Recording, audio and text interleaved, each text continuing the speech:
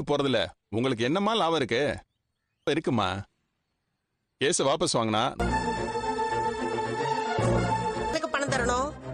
நீங்களும் சரி சத்யா குடும்பம் நல்லவன என்ன தள்ளி விட்டு கொல்ல பாத்துக்கிறேன். ஏன்னா நான் நியாயமா நடக்கிறவன். அதனால எனக்கு என்ன? அவங்க குடும்பத்தை பத்தி கொஞ்சம் யோசிக்கணும். இல்ல சத்யாவோட படிப்பும் பாதிக்க கூடாது. உங்களுக்கு ஒரு நியாயம் கிடைக்கணும். பையன் படிக்கிற பையன், கொஞ்சம் இறங்கிதான் போயேன். 50,000 அவ்வளவுதானே? 1 லட்சம் வாங்கி கொடுக்குறேன். 2 லட்சம்னா பேசலாம். இது முதல்லயே தெரியாம போச்சு. பண்ணிக்கலாமா? நீங்க கேஸ வாபஸ் வாங்குறேன்னு கிடைக்காம போயிடுச்சுன்னா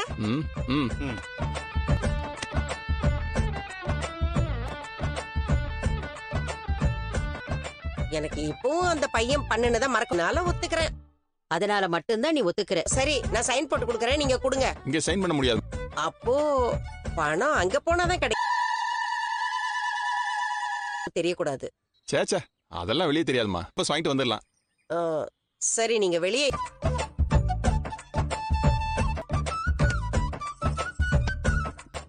மீனாவால எதுவும் பயன் இல்லைன்னு சொல்லுவ. அதுக்கு இது தட்சணை. ஆமா ஆமா, தட்சணை தான்.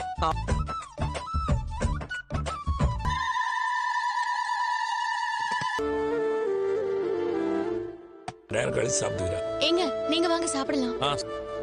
நீ மட்டும் நேரத்தில் சாப்பிடுறியா? என்னப்பா பண்ற? உன்ன மாதிரி தான் இருந்த. வேலையில இருந்தப்ப நீ எப்படி வேணா.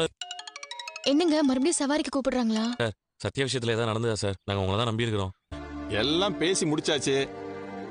நிஜமாவா சார் சொல்றீங்க? சும்மா பேச்சுக்கு சொல்லாதீங்க சார். இப்பதான் ஸ்டேஷனுக்கு வந்து வாங்கிக்கிறேன்னு சொல்லி சைன் பண்ணி கொடுத்துட்டாங்க.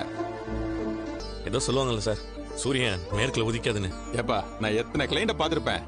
யார் சரின்னு அந்த பையனுக்காக சார் என் வேலையை தான். ரொம்ப ரொம்ப நன்றி சார். நான் அப்புறமா உங்களை வந்து பாக்குறேன் சார். அம்மாப்பா வக்கீல் தான் சொன்னாரு எல்லா ப்ராப்ளமும். அம்மா வீட்டுக்கு வரல, நாங்களாம் வருத்தத்துல இருக்கோம். உனக்கு மட்டும் சொல்ற அம்மா வாலையா? அவங்க என்ன பண்ணாங்க? ரவி வாபஸ் வாங்கிட்டாங்களா? வாபஸ் வாங்கிக்கிறேன் அப்படின்னு சொல்லி எழுதி சைன் போட்டு கொடுத்ததான் என்னப்பா எல்லாம் நடக்குது. அம்மாவே ஸ்டேஷனுக்கு போய் இதுங்க ஆண்டி மனசு மாறினாங்க. அவனை ஜெயிலுக்கு அனுப்பாம விட மாட்டேன். இப்ப எப்படி வாபஸ் வாங்கினாங்க? நான் தான் சொன்னல ரவிஜரும். ஆண்டிக்கும் அந்த டைம் தேவைப்படும். சொல்லியும் முடியாதுன்னு சொன்னவா இப்ப எப்படி வாபஸ்? அதுதான் அங்கிள் எங்களுக்கும் டவுட்டா இருக்கு. எதுக்கு அது உங்களுக்கு பிடிக்கலையா? நான் அப்படி சொல்லவே இல்லையே மீனா. என்ன ரீசனா இருக்கும்னு யோசிச்சுக்கிட்டு இருக்கேன். அவங்களும் 3 பசங்க இருக்கு. ஓட நானா அவளை போக சொன்னேன். ஆமா மாமா, நீங்க போய் அத்தையை கூட்டிட்டு வாங்களேன். போயிருவா. அப்புறம் நானே போய் கூப்பிட்டுன்னு எதிர்பார்ப்பா. இருந்துட போறாங்கப்பா. அவளுக்கு அதான் விருப்பம்னா இருந்துல. மனசு கஷ்டமா இருக்குல்ல அப்படின்னு நான் உங்ககிட்ட சொன்னேன். நல்லா பண்ணல. அதான் விளையாடாதப்பா.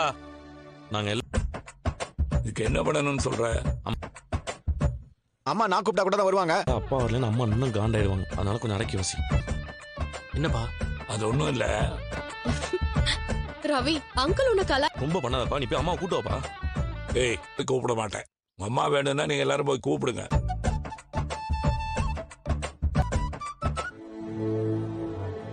சத்யா, மீனா, அக்கா. ஏய், நிஜமா வாடி? ஆமாமா அக்கா. இதா கடவுளா இருந்து நம்ம புள்ளைய காப்பாத்தி இருக்கீங்க. போயிடுவானோன்னு பயந்துகிட்டே இருந்தேன். இனிமே சத்யாக்கு எதுவும் ஆகாது. கேஸ வாபஸ் வாங்கிட்டாங்கன்னு சீதா சொன்னா. நிஜமாவாமா? ஆமா. நீ ஏன்டா அங்கே நிக்கிற? உள்ள வா. சத்யா, ஐயோ சத்யா, கஷ்டத்தை கொடுத்துட்டோமா? இப்படி ஒரு நிலைமை உனக்கு வந்துடக்கூடாது இருந்தா இப்ப இவ்வளவு தூரம் வந்திருக்காதுல்ல. என்கிட்ட என்கிட்ட மன்னிப்பு கேக்குற. பத்திரமா கூட்டிட்டு வந்திருக்காருல மாப்பிள்ள. முழுக்க நீ நன்றியோட இருக்கணும்டா. அத்த என்னத்த நீ இருந்தாலும் நீங்க செஞ்சிருக்க என்ன பண்ணிருப்பாரோ அதுக்கும் மேல ஒரு படி மாமா கஷ்டப்பட்டு உழைச்சு உங்க 3 பேரையும் வளர்த்துருக்காரு. அதுக்கு முன்னாடி நான் சொல்றேன், இதை நிறுத்துங்க. இருந்தாலும் நீங்க இவனுக்கு ஆதரவா நின்னு இருக்கீங்க. இல்ல மாமா, உங்களையும் நான் மரியாதை குறைவா பேசுவான். அதுக்காக நான் என்ன அவனை வெறுத்துறேன்னா என்ன? நீ எனக்கு அப்படி பாக்குது. அவன்னா காலில் விழுந்துட்டு இருக்கீங்க. தப்பு செஞ்சுட்டு அது உணராம இருக்கான் பாரு. அவன் நினைக்கணும். புரியுதா? சத்யா, மாமா நம்ம அப்பா ஸ்தானத்துல இருந்து அவர் உனக்காக இதெல்லாம் பண்ணிருக்காரு. வயசுல ஜெயிலுக்கு போனா அந்த வாழ்க்கை எப்படி இருக்குன்னு எனக்கு நல்லாவே தெரியும். ஆனா எனக்கு நீ ஏதாவது செய்யணும்னா நான் உனக்கு நல்ல வேலைக்கு போ. நேர்மையா வாழ்க்கையை கொஞ்சம் பூக்கட்டி வித்துட்டு இருக்கிறா. அந்த பொறுப்புல உனக்கு பாதி. மாப்பிள்ள சொல்றது கேட்டுக்கடா. இந்த வீட்டுக்கே பெரிய துணை. உங்க புள்ளைய உங்ககிட்ட ஒப்படைச்சிட்டேன். என்ன இருந்தாலும் இவன் உங்க அம்மா கிட்ட திருடினது ரொம்ப கேள்விப்பட்டேன். இவன் செஞ்ச தப்புக்கு எதுக்கு சம்மந்தி அம்மா குடும்பத்தை விட்டு பிரிஞ்சு?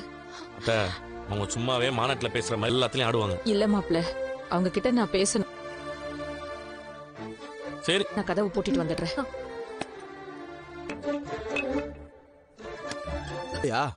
இல்லண்ணே, அந்த அம்மா கேஸை வாபஸ் வாங்கிடுச்சு. மீனாவை வீட்டை விட்டு வெளியில அனுப்பணும்னு என்னென்னமோ பிளான் பண்ணடா. இப்ப அந்த முத்து தான் ஏதாவது பண்ணியிருப்பான். டேய் விடுறா, அவன் வாழ்க்கையில தப்பே பண்ண. அவனை எப்படியும் ஒரு நாள் ஜெயில தள்ளு போடா உள்ள. ரோகிணி உன்னை பார்த்தா காரியம் கட்டுறோம். அப்படியே சரக்கு போட்டு வந்துடுறேனே. டேய் திமிரு பிடிச்சவ பாஸ், பணம் எல்லாம் தரமாட்டா. பிரியம், பயம் விட்டு போச்சுன்னு நினைக்கிறேன். பயமுறுத்த மண்டி, அவங்க இருந்த கோவத்தை பார்த்தா அந்த பையனுக்கு ஒண்ணுமே புரியல. அவங்க சொல்லி என் மாமியார் கேட்க போறதும் இல்ல.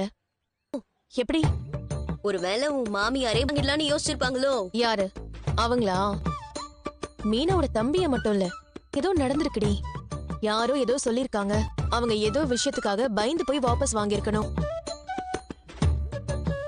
அதான் பிரச்சனை முடிஞ்சிச்சுல. அம்மா வீட்டுக்கு வர சொல்லுங்க. வர ஏ சண்டை போட்டு கோச்சிட்டு